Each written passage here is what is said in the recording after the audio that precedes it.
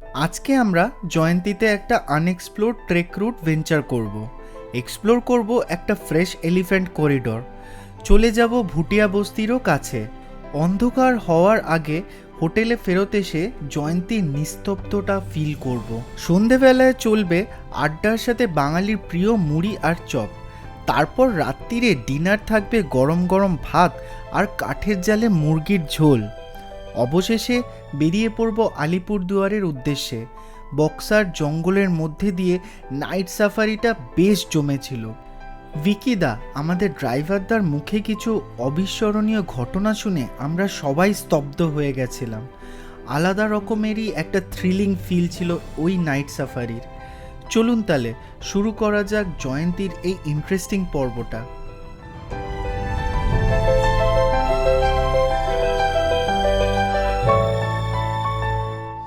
সেই খেয়ে দে আমাদের আর একটা ট্রেকিং রুট মামা নিয়ে যাচ্ছে। এইবারে দেখি অজানার উদ্দেশ্যে রওনা। জয়ন্তীর এই ট্রেক রুটটা আপনারা যেতে চাইলে ঠিক নদীটা ক্রস করেই অপোজিটে ভুটান পাহাড়ের দিকে এগিয়ে চলতে হবে।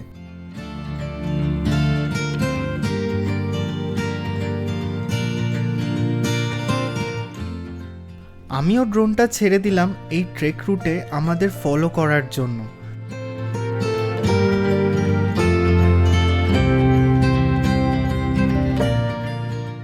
আকাশপথে সত্যি যেন মনে হলো কোনো অ্যাডভেঞ্চারাস ফিল্ম শ্যুট করছি।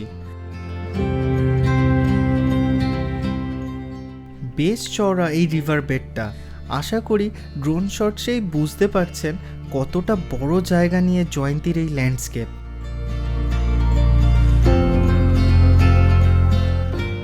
আমরা এগিয়ে চললাম আরও ডিপ আনএক্সপ্লোর্ড এরিয়াতে। দেখতে দেখতে অনেকটাই হেঁটে ফেললাম, কিন্তু দেখে যা মনে হয় তার থেকে অনেক বেশি চওড়া জয়ন্তীর এই রিভার বেডটা।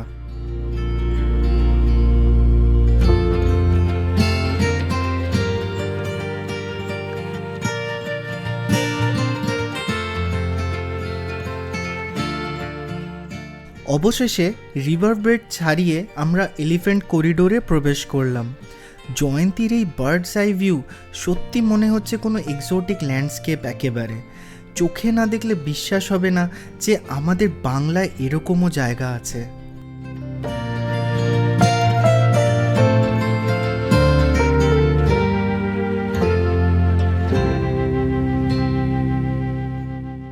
সত্যি কোনো জনমানব নেই এখানে, একেবারে শান্ত নিরিবিলি এক পরিবেশ।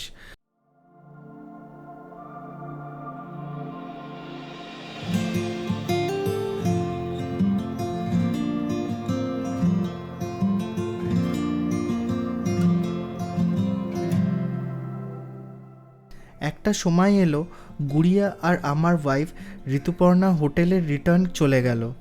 এতটাই দুর্গম হয়ে গেল পথ যে ড্রোনটা নামাতে বাধ্য হলাম।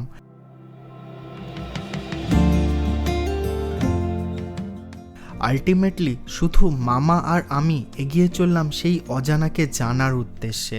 সেই মামা আর আমি লাস্ট দুজন বেঁচে আছি। ট্রেকিংয়ে 4-5 জনের আসার কথা ছিল, কিন্তু যাই হোক লাস্টে আমরা দুজনই দেখি। তা হাতির গু দেখতে দেখতে যাচ্ছি, হাতি পাওয়া যাচ্ছে না। যদি হাতি দেখা পেয়ে যাই এবার কোথায় কে ছুটবো সেটাই হচ্ছে ব্যাপার। একদম গভীর জঙ্গলে ঢুকে যাচ্ছি দুজনে। শুধু পাখির ডাক বা ঝিঝি পোকার ডাক শুনতে পাচ্ছি। যত ডিপ যাচ্ছি ঝিঝি পোকার আওয়াজ আর পাখির আওয়াজ,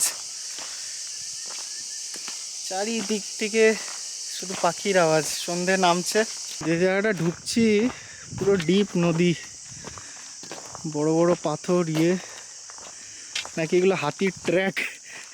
বড় বড় হাতিরা গেলে যে ট্র্যাক হয়েছে চূড়ান্ত। আমাদের ট্র্যাকে হাতির গু। হাতি এখান দিয়ে কখন আসবে কখন যাবে বোঝা মুশকিল, কিন্তু এই জঙ্গলের একটা নীরবতার মধ্যে ঝিঝি পোকার আওয়াজ আর পাখির আওয়াজ মিলেমিশে এক শেষ। আজকে যা হাঁটা হচ্ছে আমাদের ফার্স্ট ক্লাস। যেহেতু পাথর চারিদিকে এতটাই উঁচু উঁচু রয়েছে, একমাত্র কোন দিক দিয়ে যাবো রাস্তাটা ঠিক করা যাচ্ছে না। জলের ধারা যেখান দিয়ে গেছে সেখান দিয়ে মোটামুটি প্লেন হয়ে রয়েছে, তো সেখান দিয়ে যেতে হবে, নইলে হুচুটকি পড়ার চান্স তো সবচেয়ে বেশি।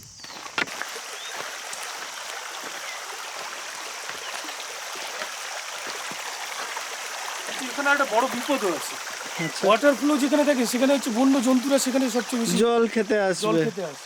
তো কেউ ওয়াটার ফ্লো দিয়ে ঢুকছে, কোনো একটা বন্য জন্তু সামনাসামনি পড়ে যাওয়ার চান্স তো আছেই। অনেকটা চলে এসেছি বাবা। এই জায়গাটা কিরকম দেখো, মাটি কাটা টাইপের হয়ে বসে আছে, হড়কা বান টাইপের। সেই হরকাবান এসেছিল হয়তো, হরকাবান এসেছিল হয়তো। এই সাইডটা হচ্ছে কি, এদিকে ভুটানি বস্তি আছে। আচ্ছা, সাইডটা ভুটানি বস্তি আছে। এটা টোটাল মানুষ থাকে এই দিকটা? হ্যাঁ, ওই পাশটা থাকে, উড়িষ্যা বাস ওই পাশটা থাকে। এবং টোটালটাই একেবারে জঙ্গল, এবং জঙ্গলে হাতি থেকে শুরু করে সমস্ত কিছু রয়েছে। লেপার্ডও পাওয়া যায় এই এলাকায়, লেপার্ডও পাওয়া যায়। সেই বক্সা টাইগার রিজার্ভ বলে কথা। ভুটান পাহাড়ের একদম সামনে এসে দাঁড়ালাম। যেমন একটা চাপা উত্তেজনা ছিল যে এই বুঝি কোনো বন্যজন্তু দেখা পাবো, তেমনি একটা শান্তির অনুভূতিও ছিল চলার পথে। এই দুর্গম ফাঁকা মরুভূমির মতন জায়গায় শুধু মামা আর আমি, কেমন যেন এক রোমাঞ্চকর কাকাবাবু বা ফেলুদা টাইপ ফিলিংস হচ্ছিল।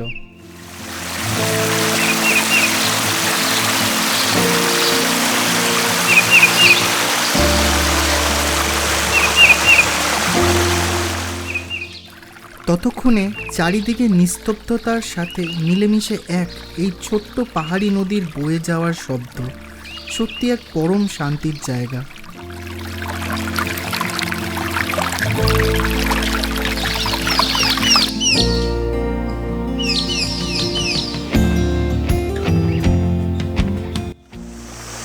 একদম ঠান্ডা কনকনে জল, বেশ ভালো লাগছে। জলের আওয়াজটা শুনতে পাচ্ছেন, মন ভরে যাবে একদম। সন্ধে নামার আগে আমরা তাই তড়িঘড়ি হোটেলে ফেরার পথ ধরলাম। বিকেলের মধ্যে আমরা মুড়ি আর চপ নিয়ে বসলাম। আড্ডাটা বেশ জমলো জয়ন্তীর এই ঘুটঘুটে অন্ধকার পরিবেশে। সন্ধে 6:30, ঘুটঘুটে অন্ধকার। এখন জয়ন্তীর পুরো সিনসিনারি বসে চপ আর মুড়ি, ভালোই, বেশ ভালোই জমেছে চপ মুড়ি। এই চপ মুড়ি চাই চাই আসছে।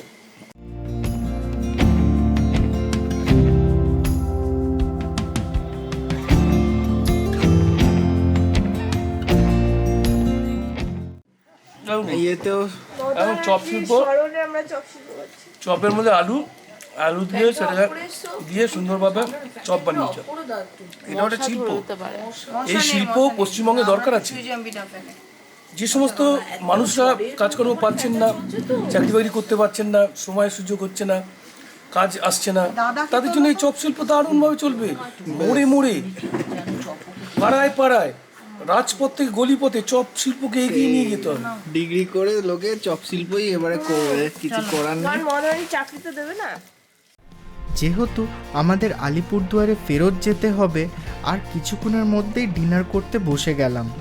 ততক্ষণে আমাদের জন্য ডিনারে রেডি গরম ভাত আর দেশি মুরগির ঝোল। কাঠের জালে লোহার কড়াইতে রান্না, তো ফাটাফাটি ব্যাপার হয়ে গেছে।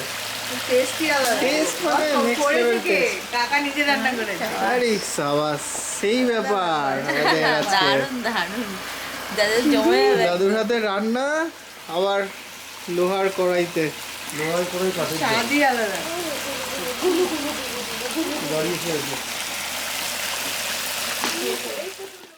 বেশ আয়েশ করেই খেলাম ডিনারটা আমরা। ভালো করে খাবেন। হ্যাঁ, মাসিমা বলে মামি ওকে ভালো করে খাবেন, লজ্জা টজ্জা পাবেন না। চিকেনটা খাচ্ছেন আমাকে না দিয়ে, এগুলো ঠিক করছেন না। আমি দেখে নিচ্ছি, সব আমি চোখের ক্যামেরায় আমি বন্দি করে নিয়েছি। এই নাও, এটা তুমি নাও। বড় বলে হিসাব হবে, কাঠের জালের মাংস বড় বলে হিসাব হবে। যে ছোটবেলায় আমাকে নিয়ে গিয়ে মুরগি করা হয়েছিল, আর নিজেরা ভালো ভালো খেয়েছিলে, আর আমাকে দাওনি। আমাকে শুধু দেখেছি, আমি শুধু পাতে দেখে নিয়েছি কি কি আছে। হ্যাঁ, সব দেখছি বলছে আমাকে এখনো মুখে ব্যথা হয়নি, বলছে আমার কিছুই দিচ্ছে না। একদম। এরপর আজকের মতো একটা শেষ অ্যাডভেঞ্চার অপেক্ষা করছিল আমাদের জন্য। রাত 9টার সময় গাড়ি করে বক্সা জঙ্গলের মধ্যে দিয়ে আলিপুরদুয়ার রিটার্ন করার এক আলাদাই অনুভূতি। উফ, আলাদাই এক থ্রিলিং এক্সপিরিয়েন্স। কি অভিজ্ঞতা আছে গো দাদা, বলো তো। এখানটা এমন হয়েছে, ওর আমি প্রায় একটা বক্সা দুয়ারের গ্রামটা যে দেখেছো, হ্যাঁ ওখানে একটা দাদা আছে যার সাথে যেমন পুরো একদম নিজের রক্ত সম্পর্ক নেই, কিন্তু ভালো সম্পর্ক, ঠিক আছে। আচ্ছা আমি যদি তাড়াতাড়ি আসি একবার হইলে ওর বাড়িতে যাই, ইয়া বাইক নিয়ে ইয়া গাড়ি নিয়ে যাই। ওকে নিয়ে গেছি বাইক নিয়ে, নতুন বাইক কিনেছি, ওকে নিয়ে গেছি। চল যাই বক্সা দুয়ার। আসতেছি, সামনে একটা টার্নিং দেখাবো, যে আপটা যে খাড়াইটা উঠছে গাড়িটা, হ্যাঁ সামনে হাতি টার্নিংয়ে পড়ছে। আমি ঘুরে দেখি ও বাইকের মধ্যেই নাই। বাইকে নাই না, আমি যে লোকটা গেল কোথাও, আমাকে ছাইরে দৌড়। বিশ্বাস করবে আমি কি করবো, আমি এখন একা, আমি লাস্টে বাইক পটকা এখান থেকে দৌড়াই গেছি। ও হাতি দেখেছে বলে ও তোমাকে ছেড়ে আগে চলে গেছে। এই রাত্রে বেলায় বিশ্বাস করবো, ওইখান থেকে 2 কিলোমিটার হাইটে হাইটে বক্সা দুয়ার গেছি। যাই ওইখান থেকে আমি একটা গাড়ি ভাড়া করছি, ভাড়া করে বাড়ি আসছি। আর একদিন এমন হয়েছে, সামনে একটা বাম্পার আছে দেখাবো, মিডল পয়েন্টে। আচ্ছা আমি বাড়িতে ঢুকতাম 7টার মধ্যে, আমি সেই জায়গায় বাড়িতে ঢুকেছি রাত্রে 11টার সময়। কেন? এই হাতির জন্য। আর আমি হাতি সামনে দাঁড়িয়ে আছে। আর এই যে বামটা দেখছো, হ্যাঁ এই পাশ দিয়ে হাতি যাওয়ার রাস্তা, এই কোথায়? এইগুলো? এই সাইড দিয়ে আচ্ছা ওই রাস্তা ধরলে একদম গ্রামে, ওই মাঠটা দেখেছো বড় মাঠটা, হ্যাঁ হ্যাঁ। ওই মাঠের সামনে হাতি বের হয়ে যাবে। ও এইসব মানে জঙ্গলের ভেতর দিয়ে যেগুলো ইয়ে খাপচা খুপচা, ওখান দিয়ে হাতি ঢুকে যায়। আর আমরা সবসময় ওদের মুভমেন্টটা ফলো করি। হাতির মুভমেন্ট যদি খারাপ যদি থাকে, হ্যাঁ তাহলে ও দেখবে পুরো ধুলো খেলবে, চিৎকার করবে, বাচ্চাদের মতন কুইক কুইক করবে। তখন তুমি চিন্তা করতে হবে তোমাকে সরে যাওয়ার, ও তোমাকে তাড়া করবে 100%। কি করে বাঁচতে হবে। আর আমাদের এত এই যে রাস্তাটা দেখেছো না, হাতি কোনো কারণে যদি আমাকে তাড়া করে, আমাকে এই রাস্তার মধ্যে গাড়িটা ঘোরাতে হবে সেকেন্ডে গাড়ি ঘোরাতে হবে আমাকে।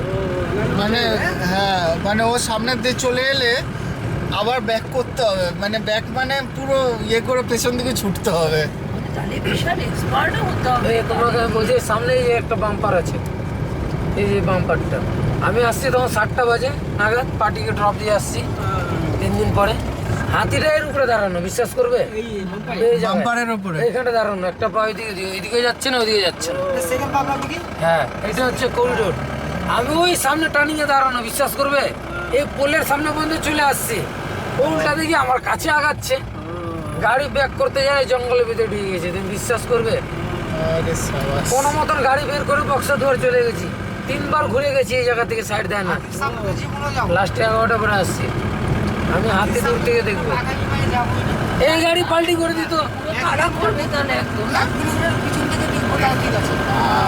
তুমি যে এই গাড়িটা দেখছো না, এই গাড়িটাই পাল্টি করে দিত। আমি এই রাস্তা দিয়ে যাচ্ছি লাটাগুড়ি গরুমারা পার্টিকে ড্রপ করতে। সামনে একটা টার্নিং আছে, একটা অটোওয়ালা ওদেরকে কোনো কারণে ওকে ডিস্টার্ব করেছিল, বুঝছো। আচ্ছা, আর ও টার্গেটে ছিল কোনো গাড়ি আসলে আমি ওকে তাড়া করবোই। ও মানে ওর বদলাটা অন্য জায়গা থেকে নেবে। অটোওয়ালাটা কিছু দূর, তোমাকে জায়গাটা দেখিয়ে দিব। অটোওয়ালাটা কিছু দূর এসে দাঁড়িয়েছিল, ঠিক আছে। আচ্ছা, আমাকে বলেনি যে হাতিটা এমন পজিশনে আছে। বিশ্বাস করো, রোড থেকে যদি একটা চাকা যদি না নামাইতাম, ওর সিধা লাত এসে লাগতো তোমার সাইডে দরজার মধ্যে। পার্টির হাত পা কাঁপা চালু হয়ে গেছে। আর আমাদের এই রোডে একটা জিনিস দেখবে, যে বোর্ড লিখানো থাকে না অ্যাঙ্গেলে, যে এখানটায় টার্নিং মার্কে একটা মার্ক দেওয়া থাকে না, ওই একটা বোর্ড তুমি দেখবে না, সব ভেঙে ভেঙে ফেলে দিচ্ছে। ওই হাতিগুলোই ভেঙেছে।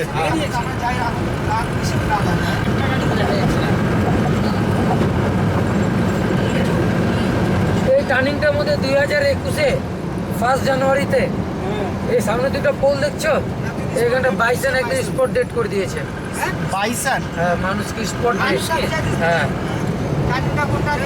এই যে বাইসনটা এখান থেকে, এই ঝোপটা দেখেছো, এটা গত রাত্রে হাতির ভাঙা, এইখান থেকে বাইসন বেরিয়েছে। এই জায়গাটা পড়েছিল।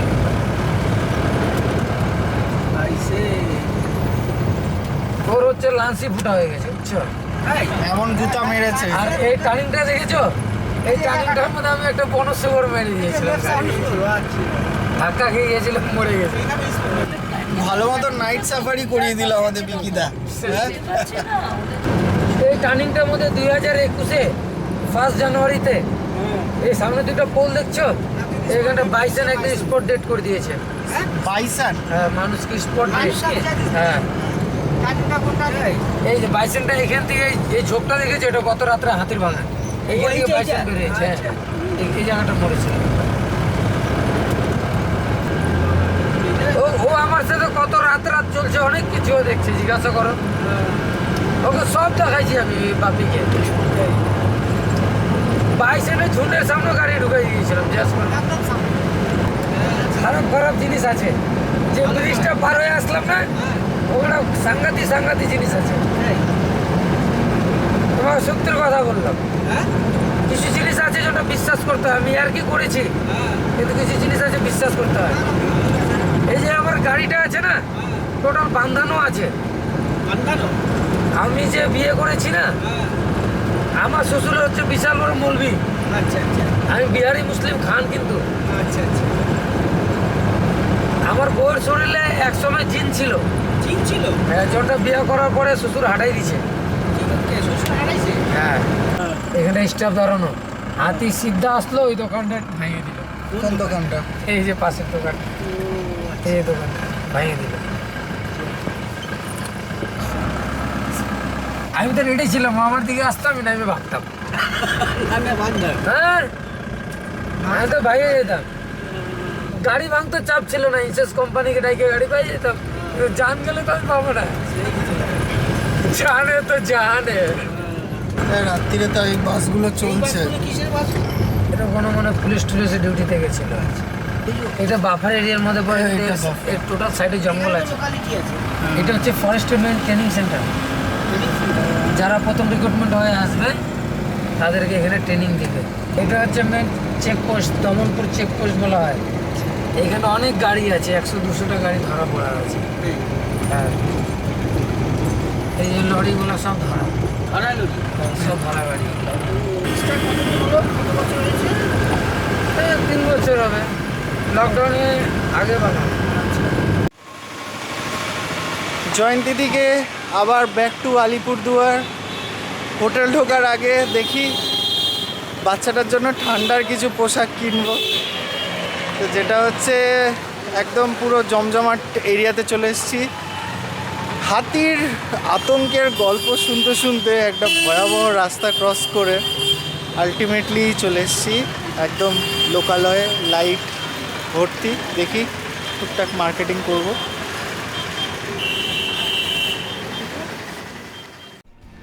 আজ এই পর্যন্তই থাক।